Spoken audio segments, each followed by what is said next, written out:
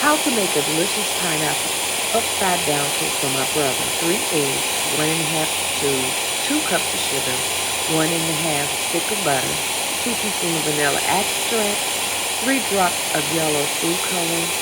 Whip till it's smooth and fluffy and smooth so well. Blend it for a long period of time to give that smooth, moisture, spongy, delicious type of cake. It's all in the whip. The longer you whip, the better the texture. Add 3 teaspoons of baking powder, 1.5 cup of all-purpose flour. Gonna blend it well. You're gonna add your wets to your dry. So this is the butter, the sugar, the vanilla extract. In the sugar, you're gonna mix it all, push it all in there dry. Make sure you get all the ingredients. Don't leave no ingredients behind. I'm telling you, it's all in the whip. You see, it looks so like Cool Whip fluffy. That's the way you want the butter and the sugars to be. All the wet ingredients, the eggs, vanilla extract is supposed to be just like this to make a perfect, delicious moisture texture cake that will be gone in one day. Every time I make it like this, the cake is gone in one day or half a day. Some of them try to eat the cake by itself and have to take the whole cake pan away from it. That's how delicious it is. It's all in the whip, in the blending. And so I'm going to blend and make sure all the dry ingredients is in there real well.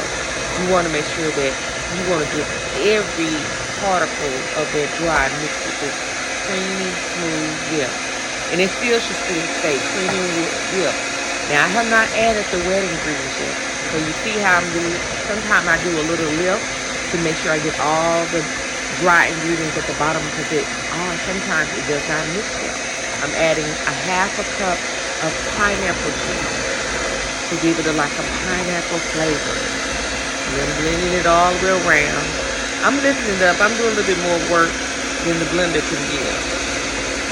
That's how bad I want my cake to taste good. Sometimes you got to get physical because sometimes that blender don't get all the way down to the bottom of the bowl. And see, I'm showing you how I'm going around to make sure that it's all blended well. I always have a handy spatula here, so you will see me pushing this batter in there to make sure that all the dry at the bottom, because sometimes they seep at the bottom in the cracks. But I want to get all my ingredients blended real well. See how that is still fluffy and the smooth consistency? It's not running, not too much liquid, it's not too much water. And I haven't even added the 1 cup of milk here. Now, milk is your preference, whether you use coconut, almond milk, vitamin D, even if you use condensed milk or whichever milk you choose, that's your preference. See, I'm going to add the 1 cup of milk. This is 2% milk. I just hold a little to see how the texture's going to come. So I'm going to go back and put all of it in there and see how the blender is spinning around. And I'm going to give it a lift to make sure all that milk is blended very well. See how well it's blending? It's still fluffy and blended. The butter, cold milk will make the butter kind of clobber up like it's getting cold, but what you do is you keep the blender on high speed, blending real fast as that blender can go. And it'll break up and make it stay warm. The batter stay warm. But you want to make sure it stays blended real well.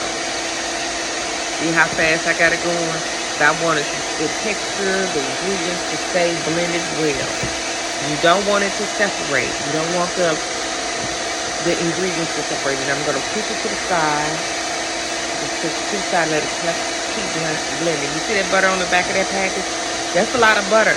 So I'm basting the pan all the way around with butter on it.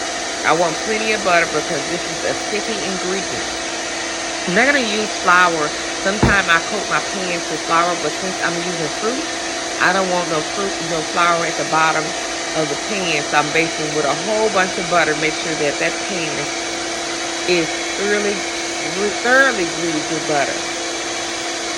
And I only made one error, but you can recoup from this error.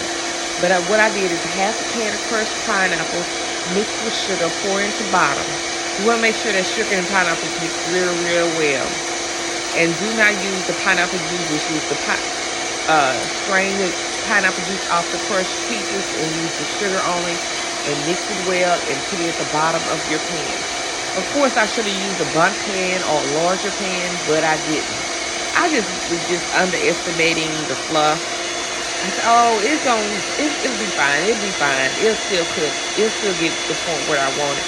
I wanted this size because we didn't need anything larger, but the batter that I made is for a bundt size ingredient. So if you're using a pan that I have, you only need half the batter to make this cake. I can truly admit that I wasted most of half of the batter of it over pouring, but I had a catch pan to catch it because I got lazy.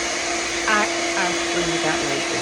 You see me shuffling the spatula around to push the dry. You see how whipped it looks?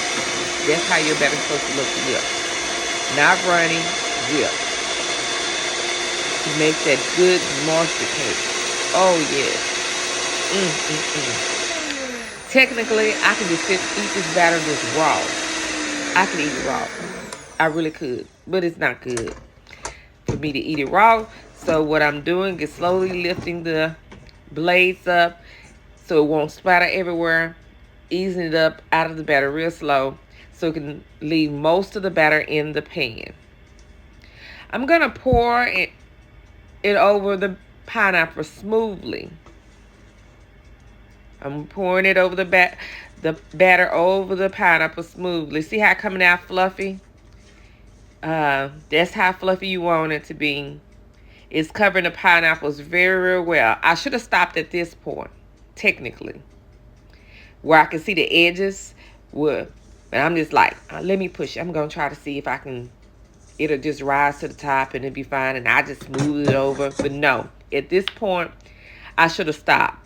Use half the batter for this small dish. That's the only error I made. Will it do anything? That moment, you cannot turn back. The overflow, you can scoop the batter out or make sure half a pan catch in any of the oozing. So what you can do is the bottom of your pan when you pour batter, it's too much batter.